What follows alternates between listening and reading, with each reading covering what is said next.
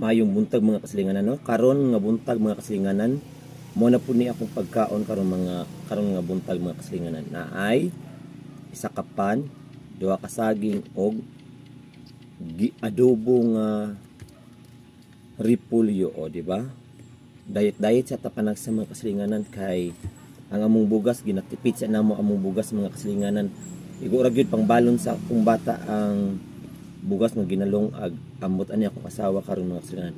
Pero mo giingon mga kasilinganan, bago ta mo kaon dapat magpasalamat ta sa atong labang makagagahom, no, sa tungod sa iyang grasya nga gihatag kanato labi na sa tuang pagmata sa matag adlaw, kinabuhi nga dugang sa tuwa sa matag adlaw. Syempre ang atnawang mga kalanon nga makabusog kanato, makahatag og resistensya og kanang lakas sa tuwa, di ba mga kasilinganan? And that's Lord, thank you for all everything.